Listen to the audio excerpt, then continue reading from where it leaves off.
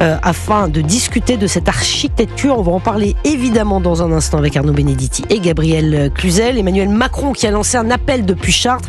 Il faut aider Michel Barnier. On devrait donc avoir un gouvernement d'ici la fin de ce week-end. En tout cas, le connaître, on nous a dit à Matignon d'ici dimanche. Le procès des viols de Mazan, il n'y aura plus de diffusion systématique des photos et des vidéos, annonce du président de la Cour. Les avocats de Gisèle Pelicot s'y opposent. Et puis Israël qui a fait monter la pression sur le Hezbollah. L'État hébreu a mené une frappe ciblée sur la banlieue sud de Beyrouth. Il y a au moins 12 morts, dont un chef du Hezbollah. Europe 1 Soir Week-end. 19h, 21h, Pascal de la Tour du Pin.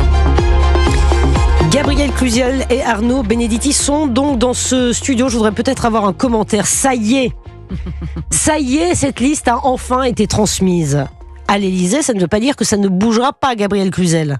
Oui, alors c'est vrai qu'on attend, comme on attend Godot, ce gouvernement, ou pas. On espère qu'on va pas le regretter, qu'on va pas regretter cette espèce d'entre-deux où il ne s'est rien passé, parce que quand on parle déjà d'augmentation d'impôts, il faudrait pas que les Français après se disent finalement c'était pas mal quand rien n'était décidé. Comme disait Raymond Devos, il y a pire que rien, c'est pire.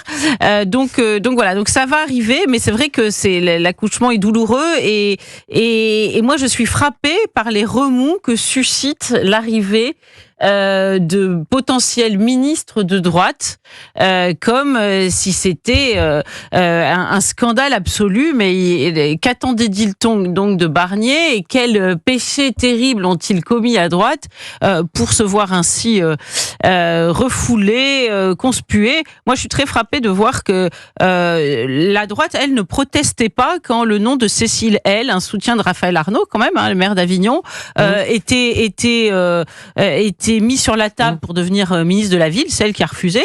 Les LR avaient pas dit ah là là, on veut pas gouverner avec elle. Mais en revanche, ça en dit long sur le magistère de la gauche, c'est-à-dire que la gauche, elle c'est Vader rétro Satanas, c'est vraiment Torquemada. Donc on va voir. Écoutez, c'est un peu l'instant de vérité. On va voir si Michel Barnier a les coups des franches ou s'il est inféodé, puisque visiblement il a proposé des noms. Emmanuel Macron les trouvait trop conservateurs, ou son camp lui avait dit qu'ils étaient trop conservateurs. Donc on va voir si Michel Barnier tient ou cède. Bon, il y a 38 ministres, dont 16 en plein exercice, parmi eux 7 Renaissance, 3 LR, 2 Modem, 1 Horizon, 1 UDI, un divers gauche, Arnaud Benedetti. Est-ce que cette liste a une chance d'être validée? Enfin, on ne connaît pas l'architecture exacte, mais est-ce que cette liste peut être validée avec Emmanuel Macron? Est-ce que les discussions ont pu avoir lieu en amont? Il ne va pas découvrir la liste, Emmanuel Macron, on se dit les choses. Sûr. Est-ce que les choses pourraient aller assez vite? A priori, on peut considérer peut-être que maintenant, en effet, il y a quand même accord entre le président de la République et le Premier ministre sur cette liste et sur les noms qui figurent sur cette liste. Enfin, on verra bien, parce qu'on a eu quand même pas mal de rebondissements encore aujourd'hui. Mais enfin, si vous voulez, tout ce qui s'est passé depuis finalement 48 heures révèle surtout, ils nous disent ce que va être l'extrême difficulté de la tâche du Premier ministre, qui va devoir finalement faire fonctionner une coalition avec des gens qui, il faut le rappeler quand même, il y a encore quelques semaines, étaient adversaires politiques. Je rappelle que LR était opposant à ce qu'on appelle le bloc central. Mais par contre, ce qui est assez frappant à partir des noms que l'on connaît, c'est qu'on voit bien que le barycentre quand même au moins au niveau des ministres de plein exercice, vous savez, il y a 16 ministres de plein exercice, le barycentre est plutôt du côté de la Macronie, clairement, puisqu'il y aura à peu près 7 ministres d'Ensemble pour la République, le groupe de M. Attal. Je crus comprendre qu'il y aurait 2 Modem et 1 Horizon. Donc ça fait au moins 10 ministres issus de ce bloc. Ensuite, si vous voulez, moi j'ai l'impression que on assiste à une nouvelle forme de cohabitation, c'est-à-dire c'est pas les cohabitations classiques qu'on a connues entre un président de la République et un Premier ministre, quoique ça existe encore malgré tout, mais ça va être une cohabitation de Michel Barnier à 2 niveaux. D'abord avec l'Assemblée nationale, où il est minoritaire, parce que c'est un gouvernement minoritaire qui se met en place, il faut jamais l'oublier, mais aussi une cohabitation avec les alliés de cette coalition, et notamment, principalement pour Michel Barnier, les alliés macronistes. Parce que ce qu'on a vu ces dernières 24 heures, c'est que un certain nombre de voix au sein de cette galaxie macroniste, ont fait part de leur opposition à la nomination d'un certain nombre de personnalités venant de LR. Bon, alors justement, tout ça est un peu compliqué, un peu complexe. La gauche est vent debout. Est vent debout. On a écouté tout à l'heure les mots de François Hollande qui commentait les noms évoqués, qui disait mais à quoi a servi la dissolution ? En l'occurrence, à pas grand-chose, puisqu'on retrouve effectivement une composition du gouvernement qui est assez similaire avec le précédent. Je voudrais qu'on écoute aussi ce que dit Henri Guénaud, ancien député des Républicains. Voilà, écoutez ce qu'il dit. Il estime que le gouvernement ne sera pas un gouvernement comme les autres, celui qui est en passe effectivement d'être constitué. Il faut que les partis, comme les ministres, comprennent que ce gouvernement n'est pas un gouvernement comme les autres. C'est la première fois dans l'histoire de notre République qu'un gouvernement n'a aucune légitimité démocratique. C'est-à-dire qu'il n'a reçu aucun mandat pour appliquer quelque programme que ce soit. On parle de cohabitation, c'est absurde. La cohabitation, ça n'est pas ça. La cohabitation, le pouvoir va passer de l'Élysée en partie à Matignon parce que la majorité présidentielle disparaît et elle est remplacée par la majorité du Premier ministre. Là, c'est pas le cas. Bon, elle n'a aucune légitimité, ce gouvernement n'aura aucune légitimité, Gabrielle Cluzel.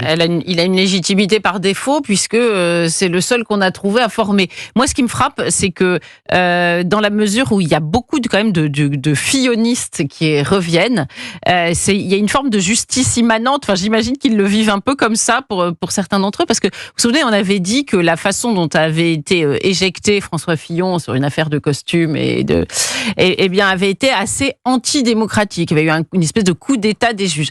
Et bien finalement, cette victoire qu'on a volée au camp filloniste, on lui rend de façon, on peut dire aussi, qui n'est pas très démocratique, puisque ce n'est pas par l'élection non plus. Mais c'est vrai que c'est assez étonnant de voir ce retour. La question est de savoir, est-ce que les LR pieds poings liés, ou est-ce que Barnier pieds poings liés, qui doit quand même néanmoins avoir un projet, mais pieds et poings liés précisément par cette illégitimité, va réussir à faire quelque chose dans les domaines qu'il a dit, mais cela paraît quand même assez compliqué. Ne serait-ce que pour se mettre en ordre de bataille, c'est compliqué. Alors pour avancer, on voit pas bien. Ouais, Arnaud Benedetti.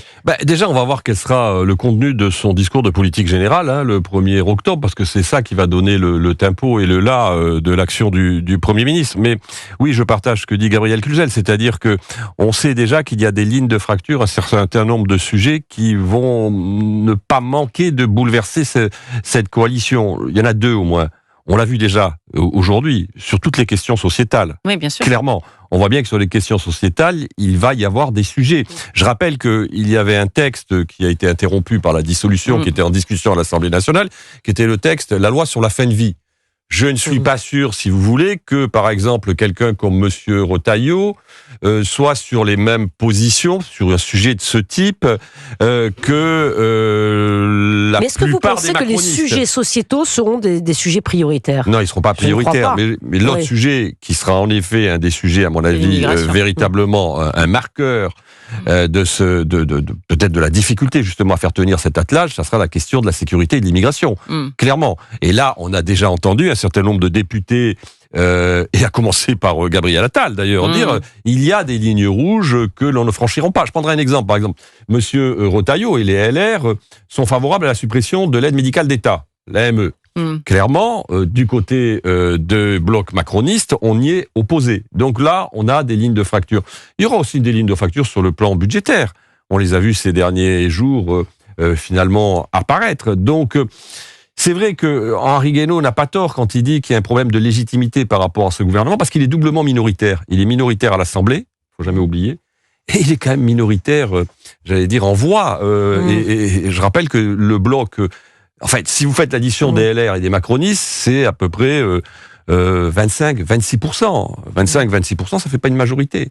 Donc, il y a un problème avec l'opinion. Donc, ça va être quand même très difficile. Et vous savez, quand vous êtes dans une coalition qui est minoritaire, c'est encore plus difficile que lorsque vous êtes dans une coalition qui est majoritaire. C'est un attelage où chacun se tient et chacun peut faire pression plus facilement sur les uns et sur les autres. Moi, je voudrais peut-être qu'on écoute aussi ce que dit la gauche. Évidemment, la gauche est vent debout. Par exemple, Manon Aubry, elle, qui est revenue sur les pistes. Elle évoquait les pistes. Elle estime que la meilleure façon de gouverner dans ce pays, c'est désormais de perdre les élections. Écoutez. J'ai un peu le sentiment qu'on prend les mêmes et on recommence. Et le message qui est envoyé aux Français, c'est que le meilleur moyen de gouverner dans ce pays, c'est de perdre les élections. Vous avez un gouvernement de perdants qui, en réalité, c'est plus un gouvernement, c'est une forme de rétrécissement avec une extrême droitisation de la Macronie. Où personne ne vient de l'extrême droite dans ce gouvernement. Alors, ça ne vous a pas échappé que si ce gouvernement tient, je ne sais pas pour combien de temps, c'est uniquement avec le soutien de l'extrême droite et de Marine Le Pen.